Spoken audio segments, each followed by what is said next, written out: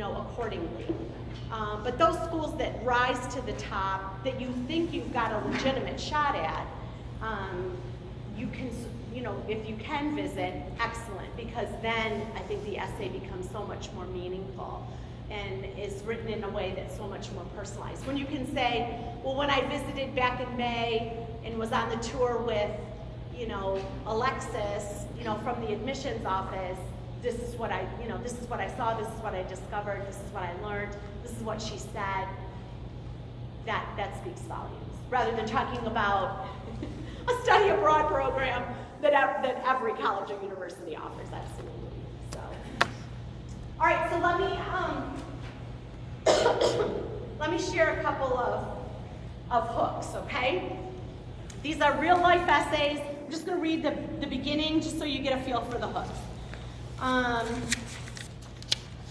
I want to be in Buffalo when the world ends.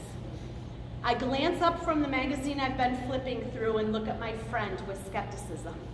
Rolling her eyes as if the reasoning behind her bizarre statement is obvious to everyone except me, she explains, because it's always been 10 years behind everywhere else. For the most part, she's right. Buffalo is rarely on the cutting edge of anything. When pink was the new black, women in Buffalo were still sporting gray. When Pacific Rim was all the rage, we continued to view the corner takeout as authentic Asian food. Forget Mini Coopers, aren't Chevy Suburbans still considered classy? Although one might think Buffalonians would have an inferiority complex about our less than cosmopolitan image, we actually revel in our provincial ways. We embrace the fact that we are the home of the chicken wing, kazoo, and electric chair, and the city whose football team almost won the Super Bowl 4 times. We are not ashamed to be the birthplace of America's most forgettable president, Millard Fillmore, and the host of Howdy Doody, Buffalo Bob Smith. So this essay goes on to talk about their very humble love for their hometown, right, Buffalo, and how growing up in Buffalo was special for a number of reasons.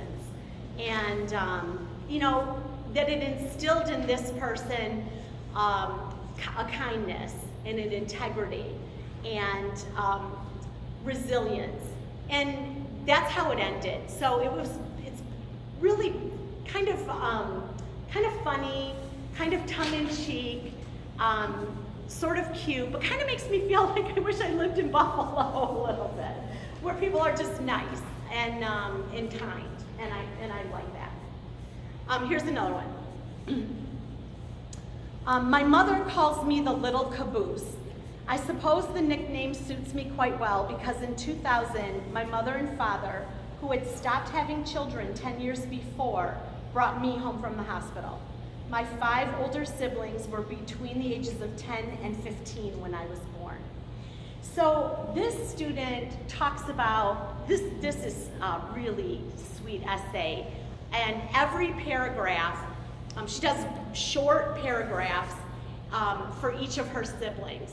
And what now she is 10 years younger than her next in age siblings. So you can imagine, like they're older, much older, her siblings. And there's,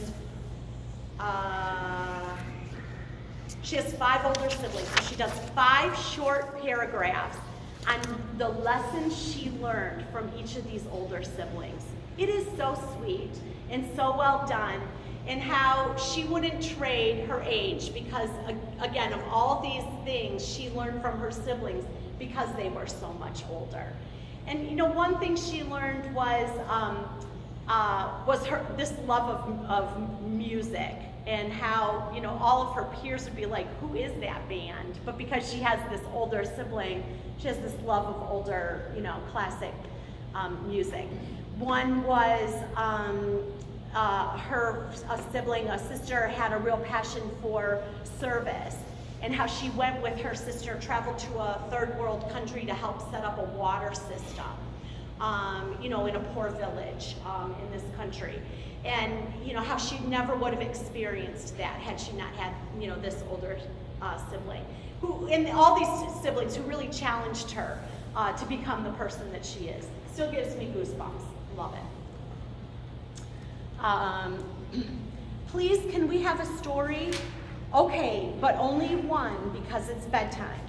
The two scramble for a place on my lap as if it's stadium seating. Their freshly shampooed heads dampen my shirt with a fruity fragrance. As I turn the page, I hear a crisp rustle that comforts me more than any other sound. While Kyle and Marissa are lost in the magic of the story, I am drawn back in time to when their adventure began.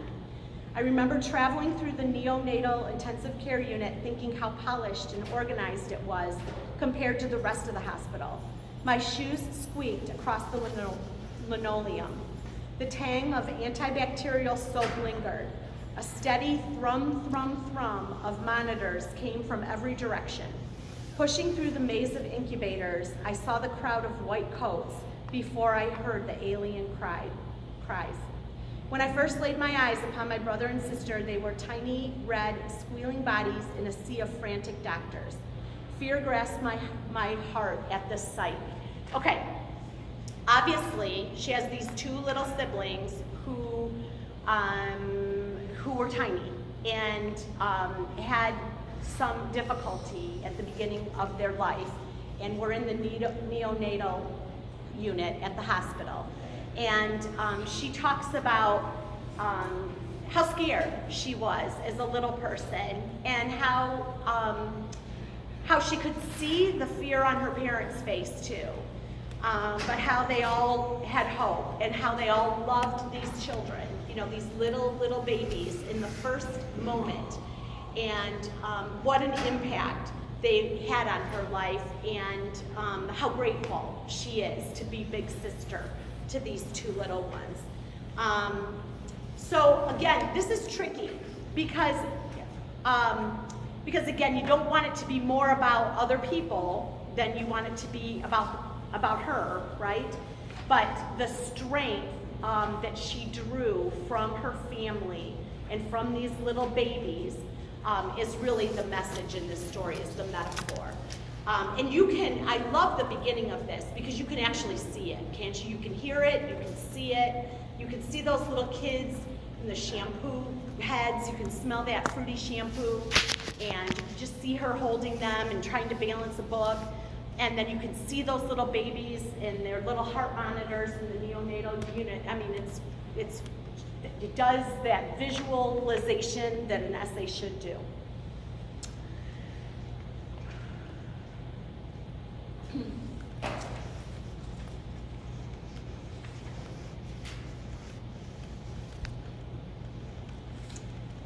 Okay, I'll just read a little bit. As I sit here and attempt to piece together an answer for the question on this college application, I can't seem to think of any openings that aren't utterly cliche. Maybe even this opening is cliche, but it's giving me a better feeling than my previous attempts, so I think I'll keep it. I won't lie, my mind is not here on this essay. My mind is on my father, who is dying of brain cancer. I don't say this to ask for pity, but to give insight into what has been happening in my life during the past 8 months after my dad was told he had approximately 2 years to live. Less than a week ago, he was told he had 2 weeks left. This is a tough essay to write, and this is not going to be everybody's story, thankfully. But you know, this student had to be very, very measured in their approach and in the words that they use, and worked very, very closely with someone to help, you know, put this together. She, in the end, she talked next, after that lead-in, she talks about her love of writing and how her dad asked her to write his eulogy, and the time and energy and the honor, the time and energy she was going to put in, but the honor she felt at being asked. You know, she was the big family. She was the one asked to write it, and how she was taking great pains, you know, to put that together. Again, not easy, But in the end, I think she did a good job, and it was some strong writing. The beginning is important. We do call it the hook. It should, you know, bring the reader in and really hold their attention. I think you're sort of made or broken in, you know, the first few sentences. Either you're going in the, I really want to push for this student, or the other aspects of the application need to be spectacular because this isn't so great. I really think that the right essay, if done well, can help springboard an application, and and it can do the opposite if it's poorly written. In the end, at the end, you want to always circle back to the beginning. At least I like that. Do you like that? I don't really like it. Well, you don't like it to be full. Well, you never want to say in conclusion, and you don't want to make it so obvious. But I do think it needs to have a full circle moment at the end. End with a moment, not necessarily reflection, which I think is what you're talking about. It's okay to end with a story. I'm not really big on wrapping up with a quote. Look at Cheryl, she's going, no. There should be no quotes unless it's really funny or something. Not big on quotes, yeah. I don't necessarily think it should wrap up with dialogue, so I think students need to be careful with that. And I like when the students, we'll talk with the students about this. It's, you know, you don't necessarily need to know this, but I like it to be a short sentence. Stacy hates the word love. I'm just going to throw that out there. She'll circle the word love on it, and somehow it's poisoned my mind. When I see the word love, I just think, you know, it's, can't we say, here's what I say to the young people I work with, can't we save love for people? Like, why does love always have to be used with things, Right. you know? I just don't think it's good, and the kids always use it for things. I love math, you know, I love science. I love science fair, I love Model UN, I love my car, I love my, stop, yeah. Let's save it for people. So much passion for things. I don't get it. So, yeah, whatever. That's an aside. What else don't we like? What else drives us crazy? well, I don't like the essay about, I don't like the phrase giving back, and I don't like the essay about the community service unless the theme is, like I've read some good ones, but I don't like the theme, I'm so grateful for what I have. Yeah. Now that could come through, but that essay I always just chuck. I've said to them, don't, if you have that essay, don't bring it to me. And then they bring it to me. And I do not like that at all. And we get a lot of I call it the Joy Love Club essay, where the people are in two different cultures. We've read some very, very good ones, but that is a tired theme. Yeah, I think students need to be careful.